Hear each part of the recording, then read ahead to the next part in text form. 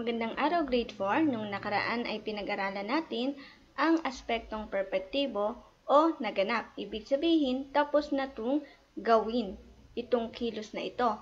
Ngayon naman ay aking tatalakayin ang aspektong imperpektibo o nagaganap. Aspektong imperpektibo o nagaganap. Ang aspektong imperpektibo o nagaganap, ito yung kilos na ginagawa mo ngayon. Ibig sabihin, nagaganap ngayon.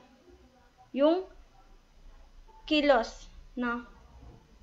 Halimbawa, nag-aaral, sumasayaw, kumakanta, at tumatalon. Ito ang mga halimbawa ng aspektong imperpektibo o nagaganap. Ibig sabihin, ginagawa mo ngayon. Katulad ko, nagtuturo ako ngayon, nagsasalita ako. Ibig sabihin, ang kilos na aking ginagawa ay nangyayari pa lang, no? Pero kapag sinabi kong nagturo ako, nagsalita ako, ibig sabihin, ang mga iyon ay tapos ko nang gawin. Nasa aspektong perpektibo na yun. Pero kapag sinabi kong nagtuturo ako ay nagsasalita, ay nagaganap pa yun o nasa aspektong imperpektibo. Kung ang pawatas ay may panlaping ulitin ng unang pantig o unang dalawang titik ng salitang ugat. Kapag ang isang salita ay mayroong panlapi na ang ating uulitin ay ang unang dalawang titik ng salitang ugat o yung unang pantig nito. Halimbawa, pawatas, ito yung pawatas, ito nagaganap, yung salita yon. Kapag pawatas, umulan. Pero kapag nagaganap, sabi ko nga, uulitin yung unang pantig ng salita. Di ba sabi ko nga sa inyo, kapag merong panlaping uulitin yung unang pantig. Ang unang pantig ay u. So dito ay umuulan. Inulit yung unang pantig. Kumanta, ay inulit yung panlapi na Pero kapag nagaganap na ito ay kumakanta. Ano ba ang salitang ugat sa kumanta? Kanta. So, ang uulitin natin, yung unang pantig ng kanta. Ang unang pantig ng kanta ay ka.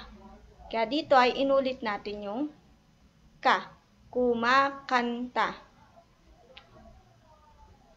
Kapag ang panlapi ng pawatas ay mag at mang, gawin ng nag at nang at ulitin ang unang pantig o unang dalawang titik ng salitang ugat.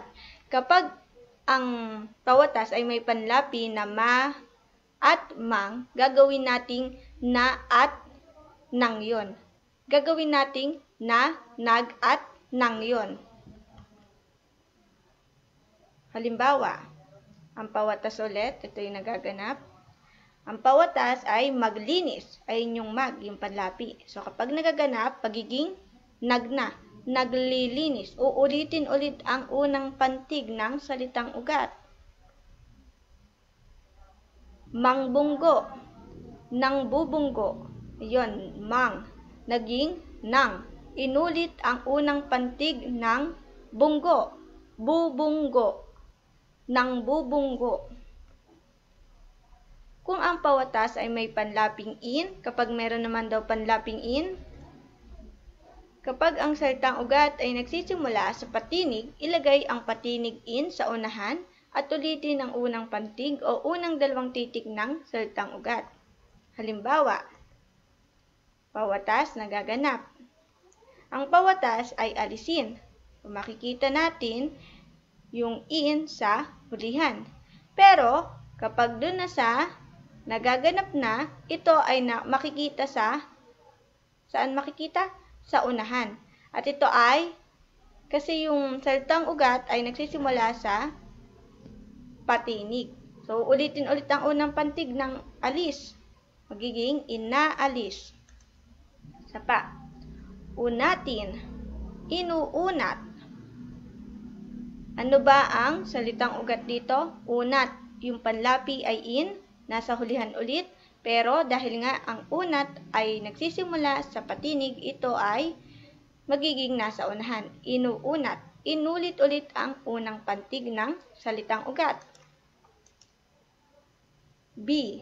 Kapag ang salitang ugat ay nagsisimula sa katinig, gawing gitlapi ang in at ulitin ang unang pantig o unang dalawang titik ng salitang ugat. O kapag ito naman katinig, kanina patinig, ngayon naman ay katinig. Halimbawa, pawatas nagaganap. Ang pawatas ay mahalin. Ayan, nasa hulihan. Dahil ang mahal ay nagsisimula sa katinig, magiging nasa na ang in. Ito ay magiging nasa gitlapi, magiging minamahal. Ayan, in. Inulit-ulit yung unang pantig ng mahal. Ma, ayun yung ma. Minamahal. Gamutin. Ano ba ang salitang ugat ng gamutin? Gamot. Ayan, so nasa hulihan dahil nagsisimula sa katinig ang salitang ugat, magiging nasa gitna na ang in, magiging gitlapi na. Ginagamot.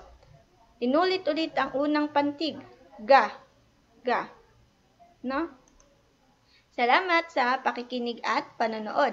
Maaari na kayong bumalik sa inyong gabay at aralin para sa inyong pang susunod na mga gawain.